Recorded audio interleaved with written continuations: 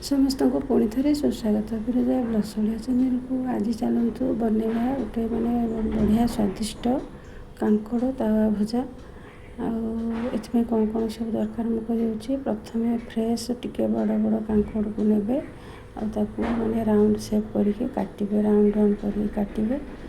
ଦେଖନ୍ତୁ ବାଛି ନେବେ ଟିକେ, ଯଦି କାଙ୍କଡ଼ ଖରାପ ଥିବ ତାହେଲେ ବାହାର କରିଦେବେ। ଗୋଟେ କାଙ୍କଡ଼ ଏଇଠି ଟିକେ ଖରାପ ଦିଶୁଛି, ହୋଲ୍ ହେଇଯାଇଛି, ଛୋଟ ଛୋଟ ହୋଲ୍ 2-3ଟା ହେଇଯାଇଛି।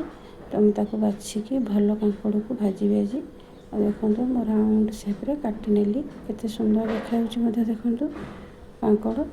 ଆଉ ତାକୁ କ'ଣ କରିବା, ଧୋଇକି କାଟିବେ ରାଉଣ୍ଡ କରିକି। ଟିକେ ବଡ଼ କାଙ୍କଡ଼ ହେଲେ ଟିକେ ଭଲ, ଆଉ ରାଉଣ୍ଡ ସେପ୍ରେ ଟିକେ ଭଲ କାଟି ହେବ, ଭାଜିବାକୁ ଟିକେ ସୁବିଧା ହେବ। ଟିକେ ଯଦି ବଡ଼ ନେଇଥିବା, ସେଥିରେ ମୁଁ କ'ଣ କରିଛି, ଲୁଣ, ହଳଦୀ, ଲଙ୍କା ପାଉଡ଼ର, କରି ପାଉଡ଼ର, 2 ଚାମଚ ବେସନ, 2 ଚାମଚ ଚାଉଳ ଗୁଣ୍ଡ, ଫାଳେ ଲେମ୍ବୁ ରସ, 1 ଚାମଚ ଟମାଟୋ ପ୍ୟୁରି, ଏତିକ ନେଇକି ମୁଁ କ'ଣ କରିଛି, ଅଳ୍ପ ପାଣିରେ ଗୋଟେ ମିଶ୍ରଣ ପ୍ରସ୍ତୁତ କରିଛି। ମିଶ୍ରଣ ପ୍ରସ୍ତୁତ କଲା ପରେ ସେ ଯେଉଁ ଫାଳ କରିକି ଆମେ ରଖିଥିଲେ